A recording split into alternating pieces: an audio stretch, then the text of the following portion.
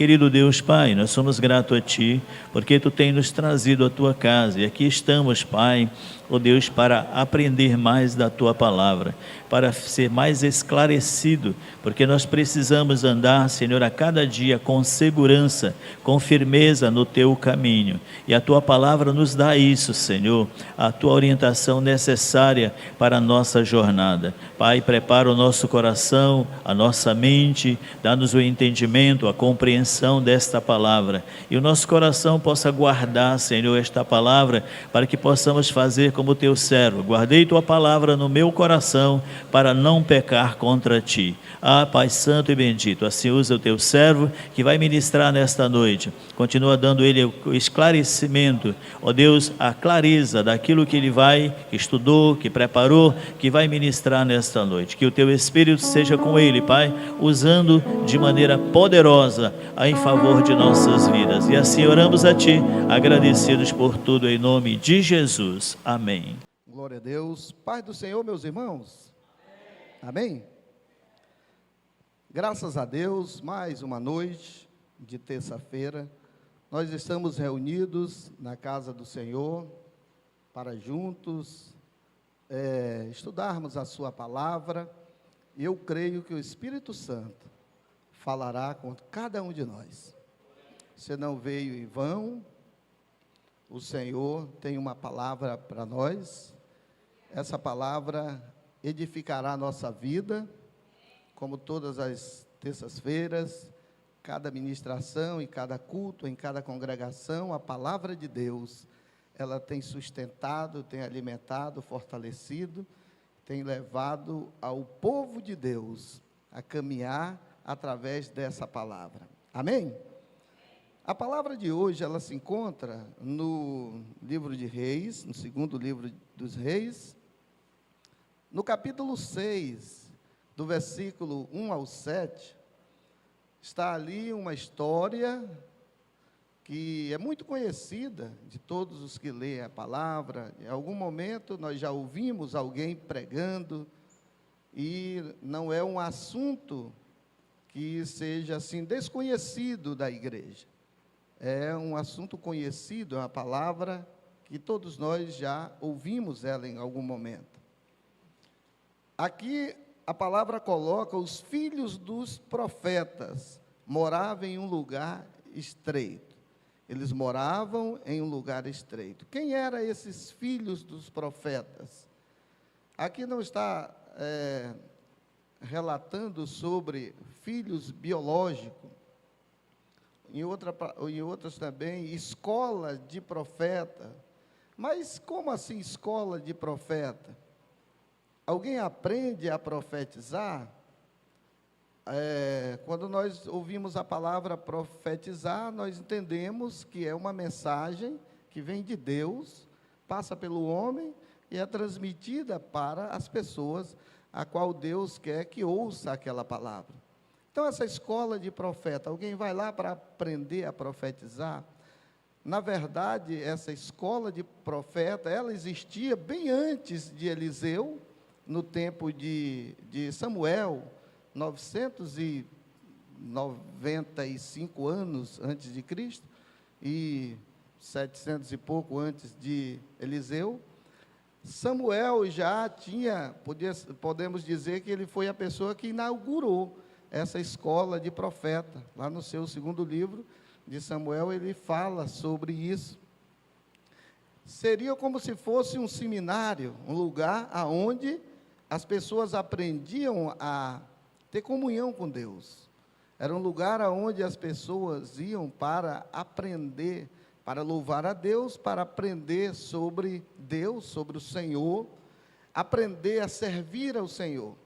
Nessa época aqui, já de Eliseu, ele estava supervisionando essa escola de profetas.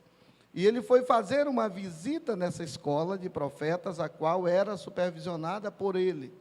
Ali existiam muitos homens, pessoas, que tinham suas famílias, suas casas, seus afazeres diários.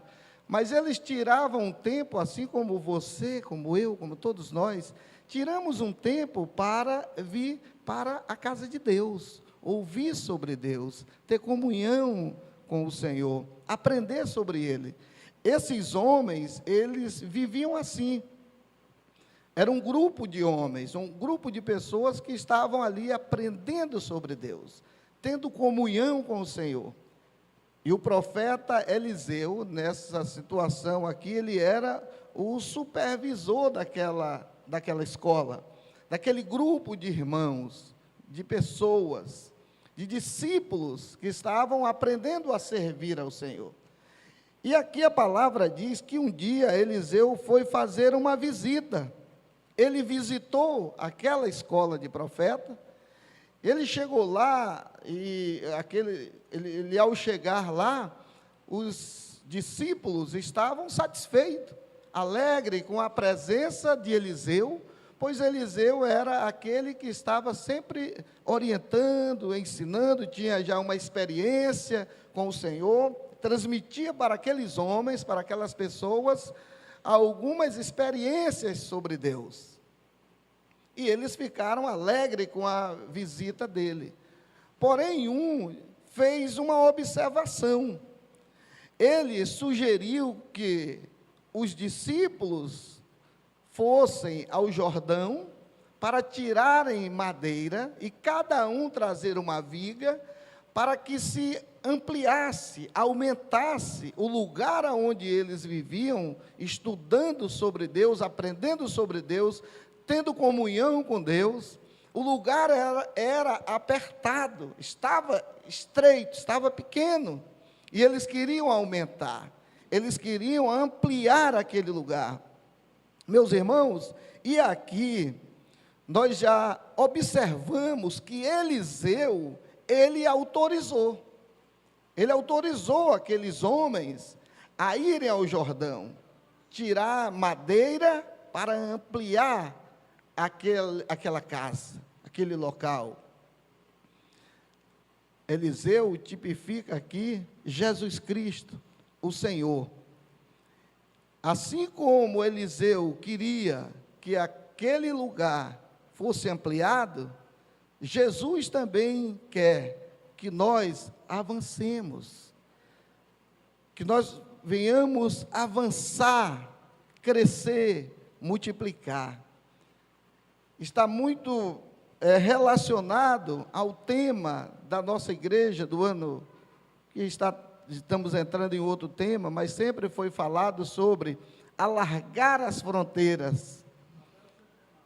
Até o centenário, alargando as fronteiras. Obrigado. Ampliando, crescendo, avançando. Aqueles homens, eles tinham esse desejo. Eles queriam. E Jesus também deseja que a igreja cresça. A igreja cresça, avance, vá além das fronteiras, alargue as fronteiras. Quando aqueles homens convidaram Eliseu, os filhos dos profetas representam quem, irmãos? Os obreiros, os crentes, os servos de Deus, os pregadores, aqueles que querem louvar a Deus, aprender sobre o Senhor. Mas não é só para aprender sobre o Senhor, não é só para ter comunhão com o Senhor e pronto. Eles observaram que o lugar onde eles aprendiam, o lugar onde eles se juntavam, estava apertado. E eles queriam ampliar, eles queriam avançar. Aqueles que foram gerados pela palavra profética, eles precisam ter uma visão de crescimento e desenvolvimento.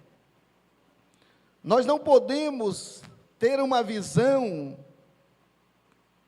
que não avance, uma visão que não olha para frente, olha para o futuro. Nós precisamos, sim, ter essa visão. Aqueles homens, eles tinham essa visão. Essa habitação refere-se à igreja, o lugar aonde nós estamos servindo ao Senhor.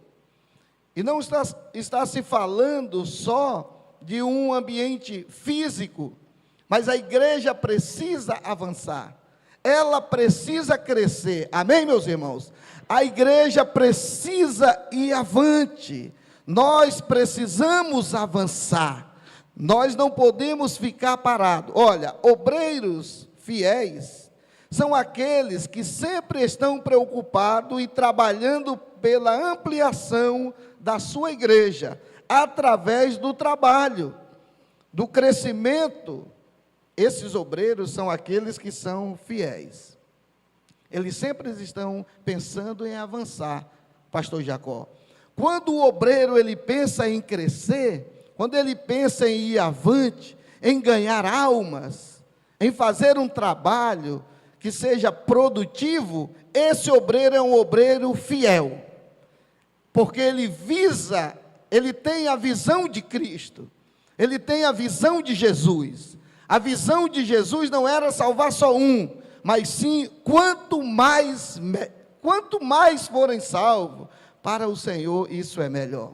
Nós, como obreiros do Senhor, não devemos aceitar a esterilidade em que nós muitas das vezes nos encontramos, uma situação aonde não há produção, uma situação aonde não há mais crescimento. Obreiro, todos nós, crentes, servo de Deus, nós não podemos, olhando para esse cenário, nós não podemos, pastor Jacó, nós não podemos de forma alguma achar, esse lugar está bom, desse tamanho está bom, desse jeito está bom, eu não vou avante porque não dá, é difícil. É a mesma coisa de um empreendedor, de um comerciante, de alguém que vai viver 100 anos no mesmo local, do mesmo tamanho, do mesmo jeito, e dali não passa. O Senhor quer que você, que eu, que todos nós enxergamos a mais, como aqueles homens. Pode falar, pastor Jacó. Ganhar tesouro no céu, acumular tesouro no céu. Nós não podemos ficar parado achando que essa é a vontade do Senhor. Não, está tudo certo, está pequeno, está devagar, não tem ninguém, está tudo difícil, mas é assim mesmo. Aqueles homens, aquelas pessoas que participavam, e aqui são chamados de filhos dos profetas, eles não queriam aquele ambiente daquele tamanho. Eles queriam ampliar porque eles tinham uma visão que mais pessoas viriam para aprender, para ter comunhão com Deus. Essa tem que ser a visão do crente, essa tem que ser a visão do obreiro. Ele não pode olhar um cenário pequeno e achar que está bom, que vai ficar daquele jeito para sempre. É a mesma visão de alguém que está investindo em um negócio. Você tem uma banca de frutas, de verdura, mas você quer comprar a banca do lado, você quer ampliar, você quer crescer, você quer aumentar a sua casa, você quer fazer uma área de lazer, você quer fazer alguma coisa a mais. Esses homens aqui, eles queriam fazer algo a mais, eles queriam avançar. Essa tem que ser a visão de todos os obreiros. Obreiro fiel é aquele que sempre está preocupado com a ampliação da sua igreja. Através de quê? Do trabalho, da dedicação, do esforço. Os resultados são positivos no trabalho, dentro do projeto do Senhor. Isso é que o Senhor espera de nós. Meus irmãos, todos os trabalhos, toda iniciativa, os resultados são positivos, porque Deus é fiel.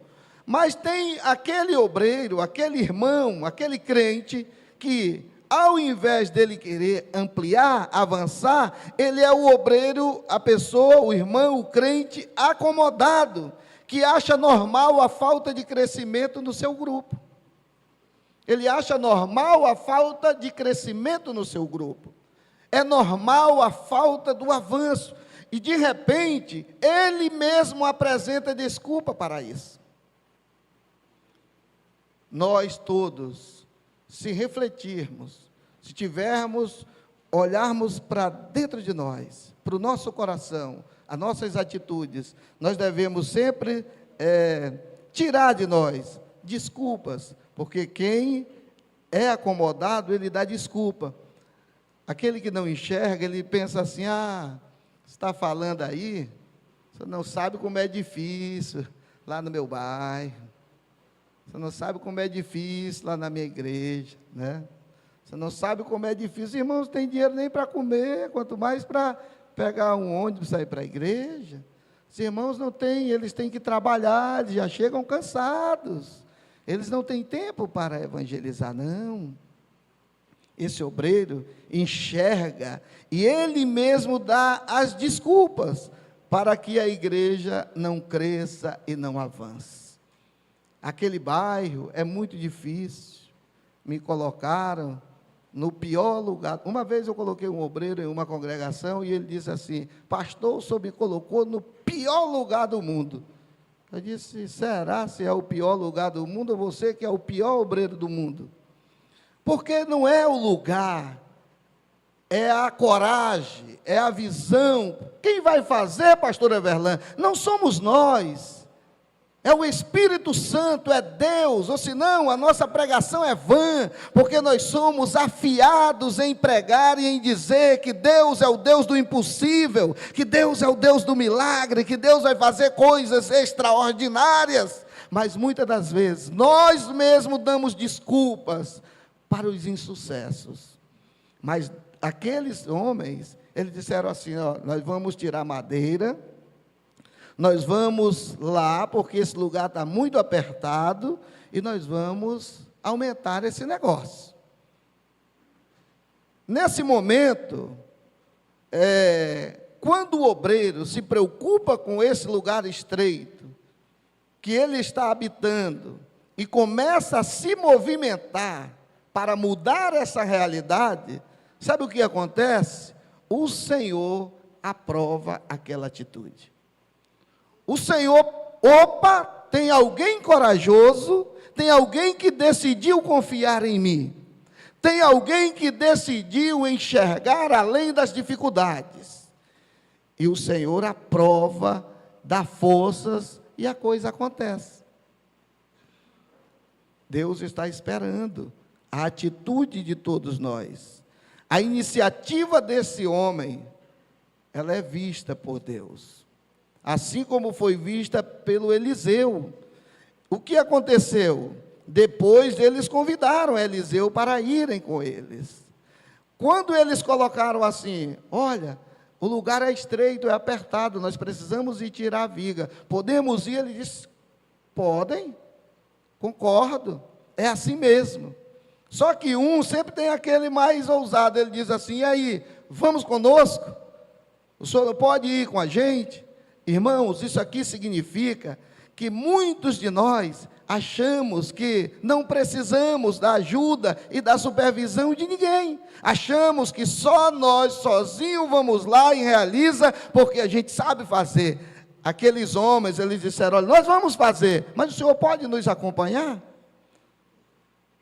Estavam convidando alguém mais experiente, alguém que poderia ajudá-los em seu trabalho.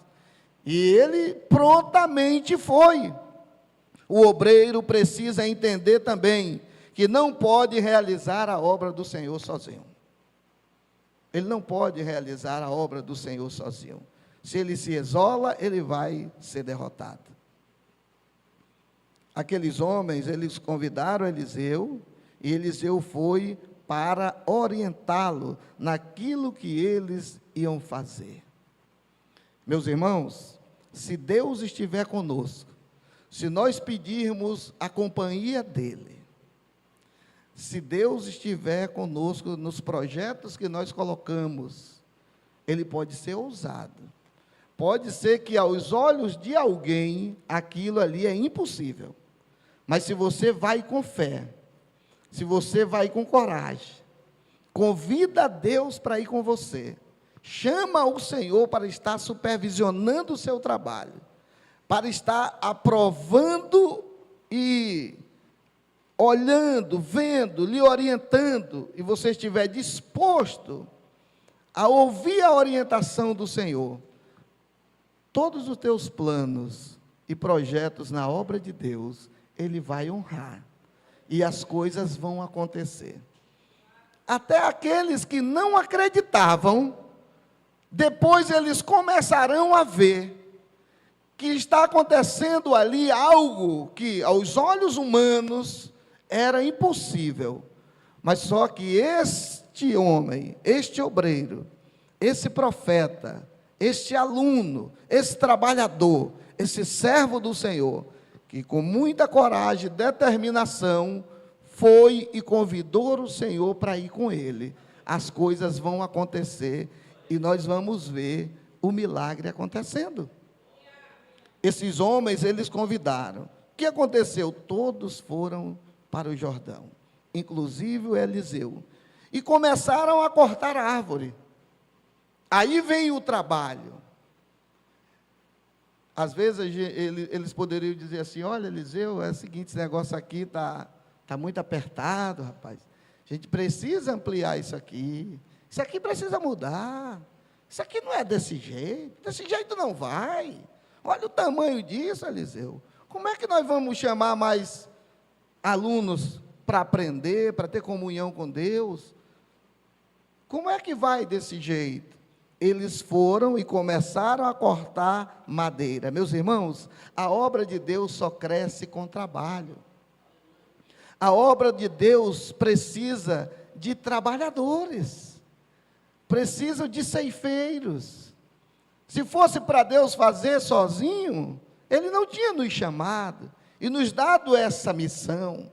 Mas isso dá trabalho, precisamos ser dedicados e esforçados. Cortar madeira significa evangelização, testemunho, convite, assistência, tudo isso faz parte de cortar madeira. O trabalho da evangelização é algo feito, lançando-se o homem por terra e trazendo para a igreja. Nós precisamos ir, nós precisamos levar essa palavra, nós precisamos querer avançar e agir. Nós precisamos ter a visão e ir em busca daquilo que acreditamos que precisa existir. E muitas das vezes nós ficamos olhando para a dificuldade, nós ficamos olhando para a nossa capacidade. Mas, interessante, meus irmãos, que eles estavam cortando aquelas madeiras com machados. E esse machado, apesar de o ferro naquela época não tinha a resistência que tem hoje, era um ferro que não tinha toda essa resistência, mas era ferro. E ele durava mais que a madeira, tinha mais resistência que a madeira, mas esse ferro precisava... Quem já cortou de machado aqui? Tem alguém aqui que já cortou de machado? Tem vários. Cortar de machado precisa uma coisa bem interessante. O machado, ele precisa estar bem ajustado no cabo. Se você for cortar de machado, aí você diz assim: o que é que o senhor entende disso? Eu já cortei de machado, eu sei. Eu já tenho até um corte aqui também na minha perna de machado, porque machado é perigoso, se ele não tiver bem ajustado no cabo, pastor Everlan. Sabia que obreiro, que às vezes é cheio, o machado, o ferro, representa aqui o Espírito Santo, representa Deus, que é duradouro, que é poderoso, é Ele que corta a madeira para ampliar, para crescer, é o Espírito Santo que quebra o homem, que faz com que o homem se quebrante e vá para o processo de aperfeiçoamento na sua obra. Mas o cabo desse machado somos nós, somos a madeira, somos aqueles que, apesar de não sermos tão resistentes quanto o ferro, não sermos tão resistentes e não ser tão duradouro, mas nós precisamos também ter resistência, por conta do atrito daquele machado na madeira. Então, nós como obreiros, precisamos estar bem ajustados ao Espírito Santo, porque senão é um perigo. É um perigo alguém que começa a buscar ao Senhor, vai se enchendo, mas não reconhece que ele é a madeira e que aquilo que ele está sendo cheio é duradouro, é eterno, meus irmãos, e pode causar um acidente, pode causar um prejuízo muito grande para ele e para a obra de Deus. Quantas pessoas que, por serem madeira, estarem ali ajustadas no ferro, que é o Espírito de Deus, que leva a palavra, mas não estavam bem ajustados, não entenderam como é que Deus trabalha, e de repente causaram um acidente e mataram até pessoas. Se eu não me engano, em Deuteronômio, no capítulo 19, no versículo 5, Moisés ele faz essa observação. Isso era algo que existia com frequência. Moisés disse assim: olha, quando um homem for cortar de machado, e esse machado sair do cabo, e bater no seu colega, e o seu colega morrer por conta desse acidente, ele deve fugir para a cidade de refúgio. Ele não vai ser culpado por isso aí, porque foi um acidente, mas veja que isso sempre acontecia. Eles estavam trabalhando ali, tirando aquela madeira para ampliar o lugar aonde eles estavam. Era o cabo e o machado. Interessante que, de repente, por mau uso, não colocaram direito, não apertaram direito, e o machado sacou do cabo e caiu dentro d'água. Poderia ter batido em uma pessoa. E ele gritou e disse assim: ai, o machado se perdeu, me acuda, venha nos ajudar, porque esse machado era emprestado. Eu me lembro sempre, o pastor Elio dizia assim: nada que está escrito na palavra é em vão, tudo tem um ensinamento para nós, meus irmãos. O Espírito Santo, a presença de Deus não é nossa, ela está emprestada para nós, e se nós não soubermos usar, se nós não estivermos ajustados a Ele, para que Ele nos use da forma certa, e nós viemos ser usados como Ele quer, e não como nós queremos, Ele pode se afastar. Mas aquele homem agora, nesse momento, ele pede ajuda.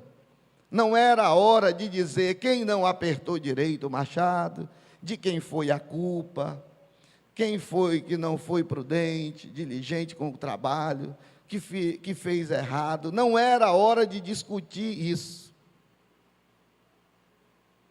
Não era a hora de saber, Verlan, quem tocou fogo no prédio. Tinha que resolver o problema, tinha que fugir daquilo. Aqui, ele reconhece que o machado não era dele.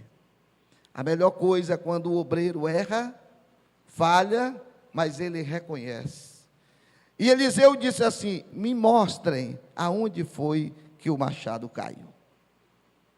Nessa hora, ele foi lá e mostrou. Todos nós precisamos, lembra de onde caíste, que diz Apocalipse.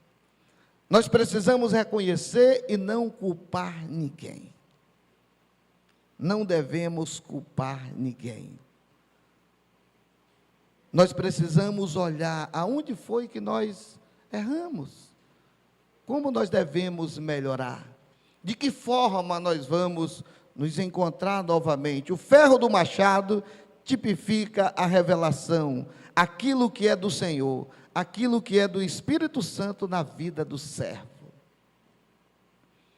Meus irmãos, nós podemos fazer muitas coisas. Nós podemos realizar proezas e maravilhas, mas não com a nossa capacidade, mas com a força do Senhor em nossa vida, pois a parte de ferro é quem realmente realiza a obra. É ela quem cortava a madeira. Nós precisamos, sim, estar bem atento a tudo isso. O cabo de madeira representa esse homem. Nós precisamos ter experiência e maturidade como servo. Precisamos também estar bem ajustado para podermos não causar prejuízos e nem acidentes. Precisamos estar bem alinhado, organizado. Quando isso acontece, não adianta ficar lamentando. Quando não dá certo, quando erramos e não funciona como tinha que funcionar, não adianta você e eu, nós ficarmos culpando ninguém. Devemos agir de forma diferente. Eliseu disse assim: onde foi que o machado caiu? Ele mostrou, ele pegou outro pedaço de madeira. Precisava essa madeira para esse ferro vir? Por que ele não veio só? O homem, nós somos madeiras, nós somos barros, nós somos de acácia, né? E Eliseu jogou ali outro cabo de madeira para que o ferro viesse, e o ferro veio e colou novamente na madeira. E ele entregou novamente para o servo que tinha perdido. Ele precisava aprender com os seus erros. Nós precisamos aprender com nossos erros. Tem uma coisa, a gente não quer e não tem costume e acha que isso é ruim. Mas aprender com os erros é algo maravilhoso. Sabe por quê? Porque você aprende de verdade. Você diz assim: isso aqui eu passei, esse filme aqui não foi que eu assisti, não. Foi eu que vivi. Eu aprendi isso aqui, eu passei por isso, eu conheço isso aqui. Aquele homem teve essa experiência, mas ele teve a chance de continuar o trabalho novamente. Nós podemos sim continuar novamente o trabalho, para poder avançarmos, para poder ir em frente. Nós precisamos aprender com os nossos próprios erros, para sermos mais zeloso, mais prudente, mais sábio, com uma outra mentalidade, para que possamos ser levantados e usados novamente na obra do Senhor. Todas as pessoas, todos nós, podemos todos os dias nos tornar melhores quando nós aprendemos com nossos erros. Mas às vezes, meus irmãos, isso é muito difícil. Primeiro, que a gente não quer reconhecer que errou. Já começa por aqui. Sempre o culpado foi alguém. Sempre alguém foi o culpado. Mas ali ninguém tratou de quem tinha sido culpado, por que o cabo tinha soltado o machado, por que o machado tinha saído do cabo.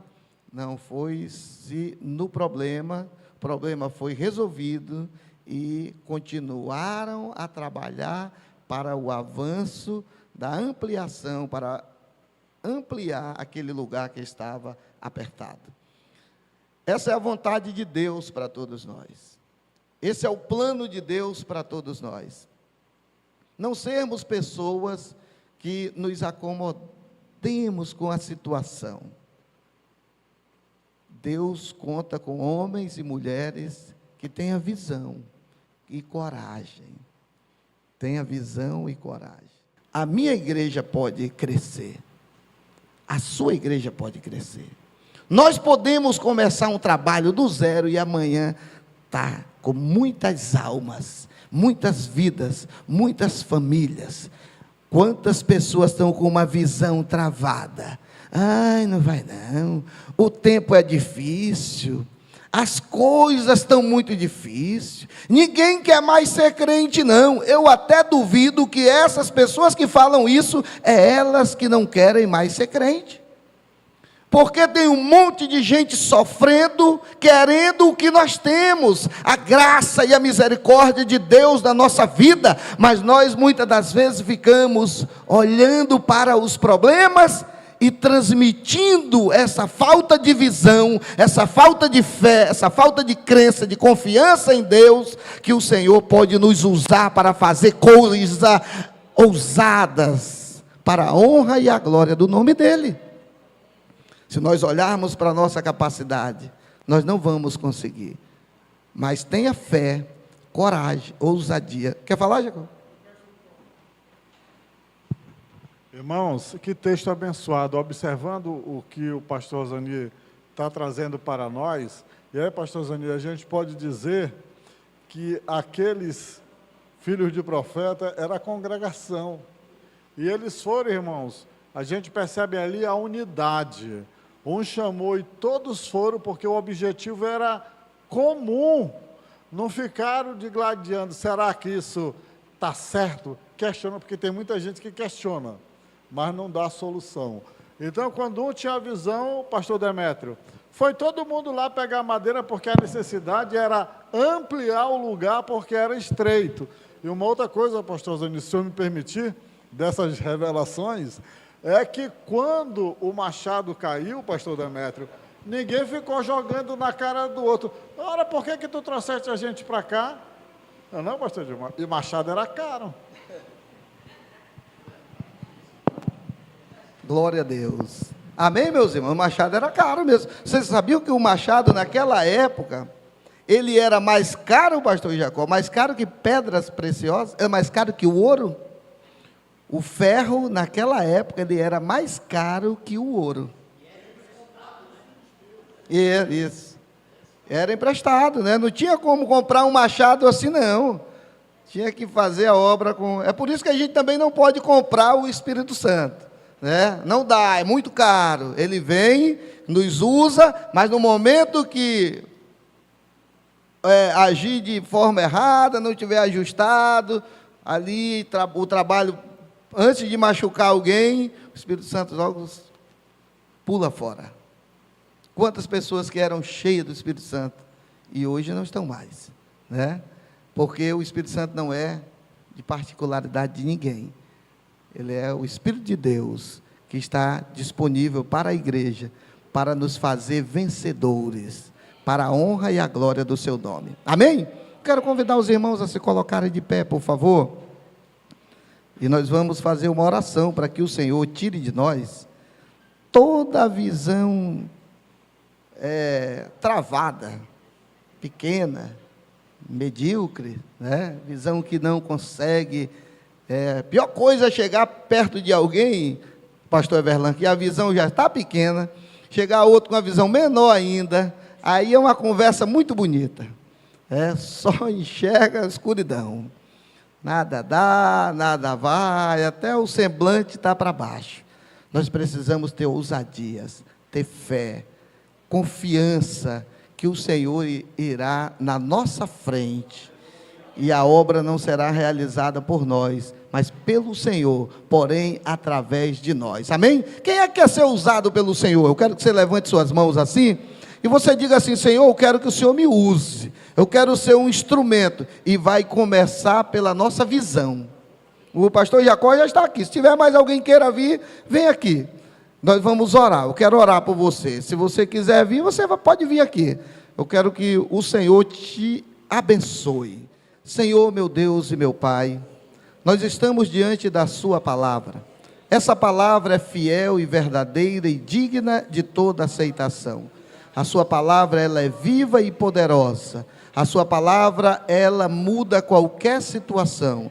E nós pedimos que o Senhor, através da sua palavra, faça uma obra poderosa em nossas vidas, na nossa mente. Que o Senhor blinde a nossa mente agora, nesse momento. Que o Senhor coloque uma visão bem clara do projeto, do plano que o Senhor tem para fazer através de nós, para que nenhuma desconfiança, nenhuma falta de fé venha se estabelecer em nós, para enxergarmos as coisas como algo impossível, que não vai acontecer através de nós, pois somos pequenos, pois não temos capacidade. Meu Deus, arranca isso nessa noite e coloca em nós uma visão ampla, uma visão de águia, uma visão que possamos ir além das dificuldades, das barreiras, dos problemas, para experimentarmos e desfrutarmos da bênção do Senhor, pois o Senhor quer realizar maravilha através de nós. Senhor, usa aqui os teus servos nas tuas mãos, usa as mãos de cada um dos teus filhos que estão aqui em pé, diante da tua presença, recebendo a sua palavra, que eles venham ser instrumento, que eles possam ser usados, que eles possam ser honrados naquilo que eles fizerem, para a honra e a glória do teu nome. Levanta aqui obreiros, homens de visão, mulher de visão, que enxergue aquilo que o Senhor planejou fazer através de nós, pois tudo passa muito depressa, é tudo muito rápido, nós passamos rapidamente, nós precisamos agir, precisamos, ó Deus amado, ir avante, sabendo que o nosso trabalho no Senhor não é em vão. Abençoa aqui, levanta um exército, Senhor, levanta um exército de homens e de mulheres, cheia de fé, de esperança, de confiança e de ousadia, para a honra e a glória do Teu nome.